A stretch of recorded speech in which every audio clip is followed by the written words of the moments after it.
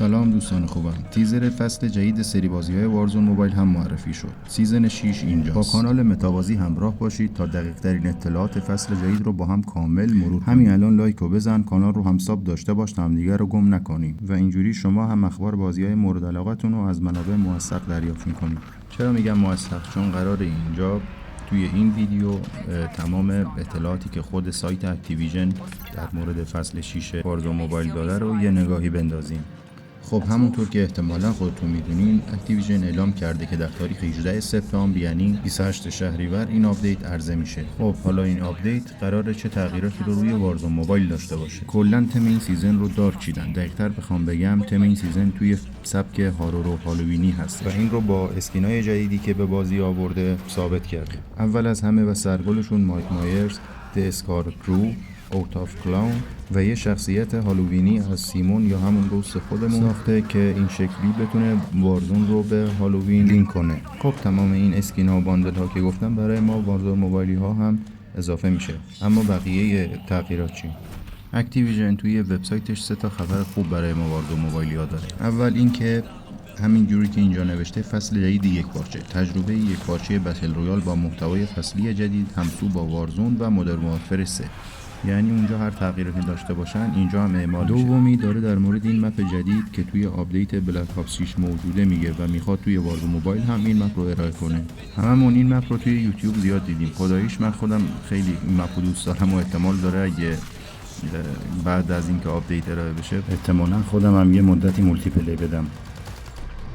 سومین تیتر هم در مورد زامبی رویال هستش که دوباره برمیگرده به وارزون موبایل همسو با بقیه فرانچایز ها و اگه علاقه‌مند به این مود از بازی بودین باید این نوید رو بهتون بدم که زامبی رویال دوباره برمیگرده.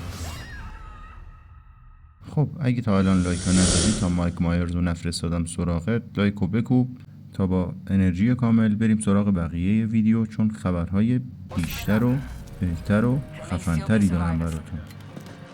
Let's move.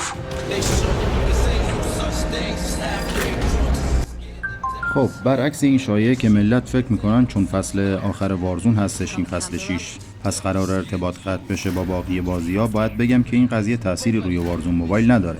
اگرم نگرانی باشه روی پی سی بازها و کنسول هستش که تازه اونم ممکن توی بعضی مودها نتونن از لوازم خریداری شدهشون استفاده کنن. پس همچنان همه چی مچ هستش. مثلا همین گان‌های جدیدی که به گیم ها اضافه شده به وارزون موبایل هم اضافه میشه. همون جوری که اینجا توضیح داده گان‌های جدید رایگان هستن، اما متاسفانه این دفعه خبری از SMG نیست.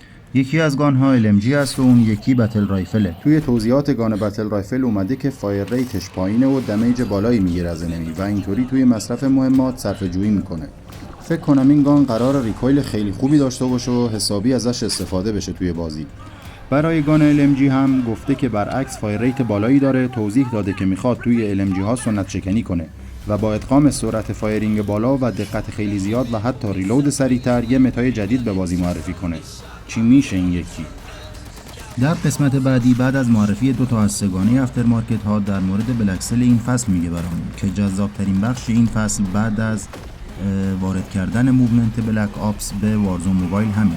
اجازه بدید موومنت رو بذاریم برای آخر، میریم سراغ بلکسل و بتل پس.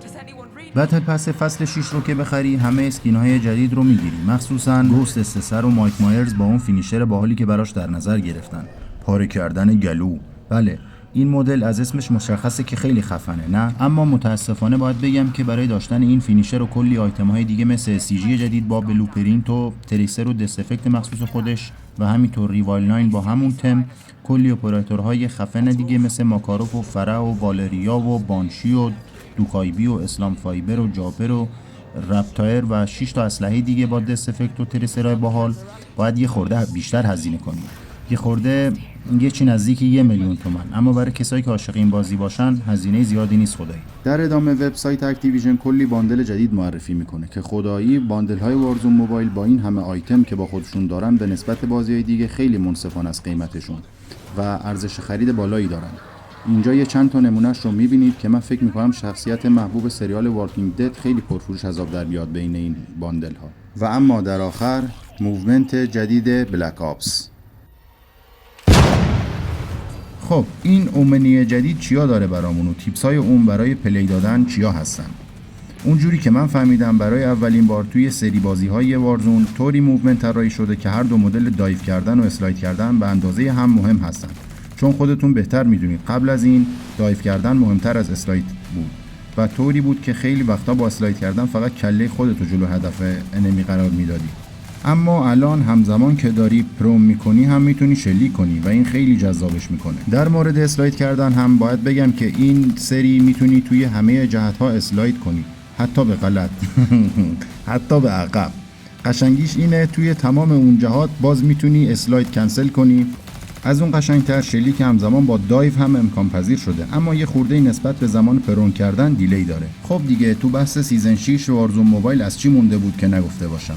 اگر چیزی مد نظر شما هست یا سوالی دارید که توی این ویدیو مطرح نشده باشه میتونید توی بخش کامنت ها بپرسین. حتما اگر خودم هم در موردش چیزی ندونم براتون از داخل ویدیوهای خارجی جستجو میکنم و خدمتتون عرض میکنم. صحبت پایانی هم که طبق معمول مراقب خوبیاتون باشین. لایک حتما فراموش نشه که توی دیده شدن این کانال خیلی کمک میکنه و آدمای بیشتری میتونن اطلاعاتشون رو از تغییرات فصل جدید بروز کنن و این اتفاق خوبیه. اگرم که از سرچ یوتیوب ما رو میبینید کانال رو ساب داشته باشید که همدیگر رو گم نکنیم و این رو میخوام بدونید که اینجا هر چند روز یک بار از وارزون موبایل یک ویدیو جدید آپلود میشه که نکات مهمی توی هر کدوم پیدا میشه. همین دیگه، مثل همیشه شب روزتون گلبهی. چاکریم.